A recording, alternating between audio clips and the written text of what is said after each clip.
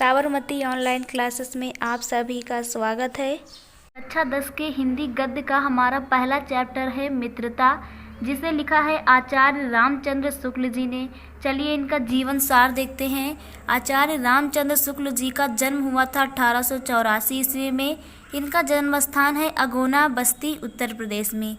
इनके पिताजी का नाम चंद्रबली शुक्ल था और इनकी मृत्यु 1941 ईस्वी में हुई। शुक्ल युग के ये प्रवर्तक लेखक माने जाते हैं और इनकी भाषा थी खड़ी बोली। चलिए इनका जीवन परिचय देखते हैं। हिंदी के इस प्रतिभा संपन्न साहित्यकार का जन्म सन 1884 ईस्वी में हुआ था। आचार्य रामचंद्र शुक्ल जी का जन्म सन 1884 ईस्वी में बस्ती जिले के अगोना नामक ग्राम में हुआ था।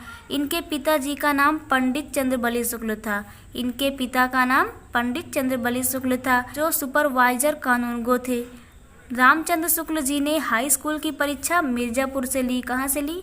आचार्य रामचंद्र शुक्ल जी ने हाई स्कूल की परीक्षा मिर्जापुर के मिशन स्कूल से उत्तीर्ण की।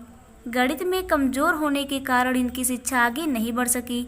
इंटर की परीक्षा के लिए इन्होंने कायस्थ पाठशाला इलाहाबाद इंटर की परीक्षा के लिए रामचंद्र शुक्ल जी ने कायस्थ पाठशाला इलाहाबाद में प्रवेश लिया, किंतु अंतिम वर्ष की परीक्षा से पूर्व ही विद्यालय इनका छूट गया।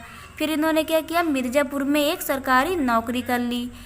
वह नौकरी इनके स्वभावकुल न होने के कारण इन्होंने उस नौकरी को छोड़ दिया और मिर्जापुर के एक स्कूल में चित्रकला के अध्यापक हो गए।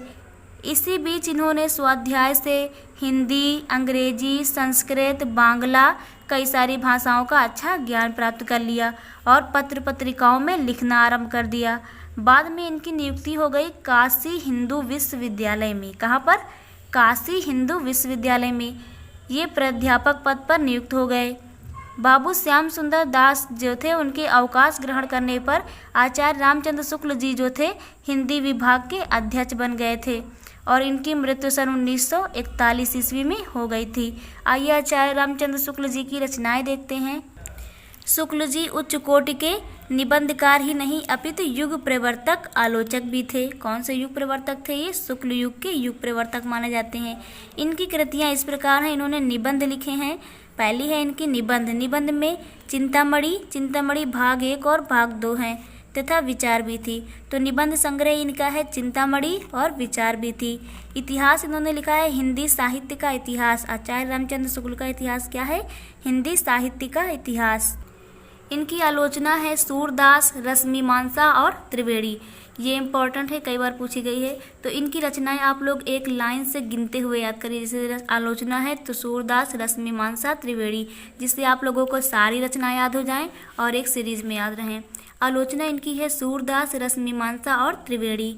संपादन इन्होंने किया है जायसी ग्रंथावली, तुलसी ग्रंथावली, भ्रमर गीत सार, हिंदी शब्द सागर, काशी नागरी प्रचारणी। कौन सा? काशी नागरी प्रचारणी, ये इनकी एक पत्रिका थी।